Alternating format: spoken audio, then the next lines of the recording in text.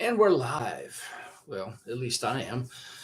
And it is Tuesday, May 30th in the year 2023. And I'm here because, once again, and I love pointing this out to you, I'm right again. Well, Floyd, what is it you're right about? You might be asking. I'm right about the fact that both major political parties in this country don't care about you. They don't give a shit about you. They don't care about the country. All they care about is one, themselves. And by themselves, I mean the politicians within the parties. And two, their party and how much that party can gain power and control and money over you. That's all they worry about. What am I talking about? I'm talking about the current budget deal made by your oh so conservative Speaker of the House, McCarthy. Maybe some of you don't remember McCarthy back when I was running against Eric Cantor. McCarthy was listed as one of the young guns. We were supposed to believe that he was one of those guys who was going to fix all the problems and take care of getting us back to the Constitution, limited government, fiscal responsibility, and blah, blah, blah. And of course, you believed it and you fell for it and you voted for him. And it just never stops. It goes on and on. See, I don't consider myself some super genius. I know you probably think that I do think about myself that way because of the things that I say and the comments that I make and the way I make them. But seriously, I don't think I'm the smartest guy in the room by any stretch. What frustrates me so much is the fact that if I can see what's going on, if I can put the pattern together, why can't the rest of you? See, when I was studying to learn to be a teacher, one of the things they talk about when you're teaching kids is having children recognize patterns.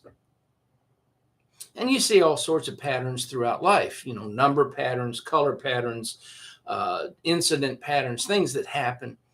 And one of the patterns that I've recognized for decades now is that politicians lie to get elected and they lie to stay in office. And you worship them. And I've seen the rallies and the speeches and Trump and Biden and Obama and Hillary and I've seen them. I've seen the videos and people are just, oh my God, it's our savior. He's going to fix everything and save us. And they shit all over you again. And then you come back later and go, but this time he really means it. I don't know what it's going to take to get through to you, but here we are again, kicking the can down the road with the budget. Now, I'm going to read some stuff, which is why I have my readers on, so you can try to get some idea of where I'm coming from and why I feel the way I do about this. Now, let's go right away to the Republican Creed. Now, why am I going to read this? Why am I going to go through this step by step? I think I've done this before, maybe not in a video, but in a post. It's because the Republicans tell you that they're the conservative ones, fiscal conservatives.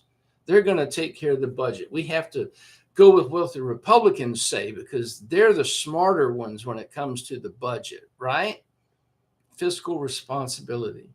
See, I don't consider myself a Republican or a conservative by the definition most of you go by. I consider myself a classical liberal in the vein of Jefferson and Monroe and Patrick Henry, people like that. So one of the things that a classical liberal stands for is fiscal responsibility, especially when it comes to the government. Now, you as an individual at home and your home budget, what you do with your money is your business. If you run your family's budget into the ground, lose your home, and don't have a job because you're stupid with money, that's your problem. You deal with it. But when it comes to what the government does with your money, yeah, I do care about that because it's our money. And we should be the ones who determine what it gets spent on. And in fact, the Constitution of the United States of America limits the federal government to what it can spend money on. Of course, we know the federal government's gone away from that many moons ago. But when it comes to the budget, things that the Republican Party says would lead you to believe that, well, at least those are the guys we should be supporting when it comes to the budget, right? So let's read some things, and I'll address them point by point. And I'm going by the Virginia Republican Creed because I'm in Virginia, all right? It says, we believe that the free enterprise system is the most productive supplier of human needs and economic justice. Well, I agree with that. I don't see anything wrong with that statement. I wish they really meant it. I wish they lived up to it. We believe that all individuals are entitled to equal rights, justice, and opportunities, and should assume their responsibilities as citizens in a free society. What it should say, and the Democrats do the same thing, what it should say is, as long as you're in our party. Yeah, we're going to let you get away with stuff, but everybody else, the law applies. If our guys cheat and lie and steal, we'll shove it under the rug and forget about it, move on. And both parties do it. It's not just the Republicans. The Democrats right now, oh my God, just look around you. We believe, and here's the one, you ready? Listen to it. I'm going to read it verbatim. It's right here on the website, Virginia Republican Creed. We believe that fiscal responsibility and budgetary restraints must be exercised at all levels of government. Would you like me to read that again? Or you could look it up yourself and see if I'm making this up. I'm reading it from the Republican Party of Virginia website, the Republican Creed. Fiscal responsibility and budgetary restraints. Can anybody point to any of those in this current budget deal? In fact, can you point to any of that in any budget deals over the last, 50 years? When has the federal government, whether Republican majority or Democrat majority, cut spending? I mean, really cut spending, not reduced the increase, right? The budget says next year in defense budget, we should increase by 23%, but we're only going to increase it by 17%. So see, we're cutting spending. Are they? They're still increasing it by 17%. But see, that's how they fool you. That's the words that they use to trick you and make you believe, oh, yeah, they're cutting spending. Has the government in your lifetime, anybody watching this video, has the government under any administration with any number of Republicans or Democrats in office ever gotten smaller? Has it ever been returned to within the constraints placed upon it by the Constitution? Ever? At any point in your lifetime, have you seen that happen? And so once again, McCarthy, he comes in guns a-blazing, right? Young gun. And we're going to fix all this. And we're going to get this budget thing under control.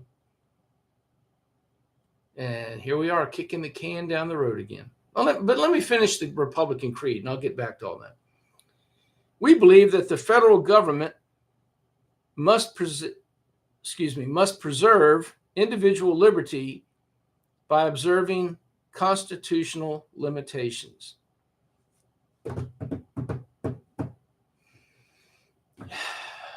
Have you seen that happen in your lifetime?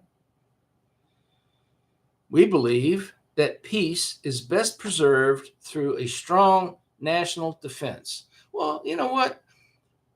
I wouldn't disagree with that. However, what I would disagree with is what their idea of a strong national defense means. Does that mean we colonize all around the world, that we set up military bases in countries where we have no business setting up military bases? where we have an empire on which the sun never sets. Remember when the British used to make that claim? Now I believe we can do that, can't we? So you wouldn't have to spend as much on the military budget if all you were doing was defending this country and its borders, not setting up military bases around the globe. And by the way, how often have you heard? I can think of at least 2 occasions in the last 23 years that the Pentagon budget has come out and they've misplaced several billions of dollars. We just don't know where it went. Bullshit. You don't lose billions of dollars. You don't have billions of dollars go unaccounted for. You remember the first time? I remember. Anybody else? Anybody? September 10, 2001, Rumsfeld comes out and has a press conference saying, I forget the exact amount, but it was billions. It was in billions of dollars. It's unaccounted for. We just don't know where it is. And then what happens the next day? A plane flies into the Pentagon. And what section of the Pentagon? 5 sides now, but what section do you suppose that plane hit? Yeah, if you said the budget office of the Pentagon, you win. What a coincidence. And here recently, in just the past couple of years, we've had another one of those. Well, gosh, we just don't know where all that money went. So something's going on. Just saying. And the last one, we believe that faith in God, as recognized by our founding fathers, is essential to the moral fiber of the nation. Well, I have no problem with moral fiber, whether you get it from your religion or from your conscience or from your empathy for your fellow human beings. Whatever you get it from, I'm cool with that. But again, this is the Republican creed. These are the people who tell you they're going to fix everything. And yet they never do. But you keep voting for them because they say they will. So the 2 major parties, Democrats, which we see what they're doing right now, and Republicans who make promises they never keep, have screwed everything up in this country. And yet when someone like me comes along with my classical liberal leanings and says, well, maybe we should give somebody else a try, like, I don't know, the Libertarian Party.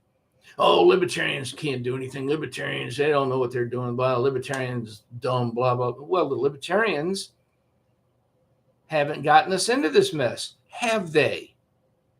Now, I'm not saying the libertarians are perfect or that they can fix the problem either. Maybe they'll screw it up just as bad as the other 2 parties. But what I can say with 100% assurity is libertarians haven't gotten us into the mess we're in now. So whether it's the American Party, the Constitution Party, the Libertarian Party, pick one. None of these third parties in this country have gotten us into this mess, but the 2 major parties have. Now, we're going back to the budget. Let's read a couple of things here. I think I have it pulled up. Where did it go? Here it is. All right. I'm going to use Justin Amash, Congressman, because frankly, he's one of the few people in Congress who really knows what he's talking about when it comes to constitutional government. And I believe really cares about the limitations placed on the government by the Constitution. He says, and this is 1 day ago on his Facebook page, I've now reviewed the bill text of the debt ceiling deal. He puts deal in quotation marks. And it's actually worse than I imagined. It locks in the inflated spending levels of recent years. Under McCarthy's deal, any incentive to cut spending for the rest of this term vanishes until January 2nd, 2025. The Treasury will now have unlimited authority to issue debt to finance recommitments requiring payment. It's the ultimate kick the can down the road agreement.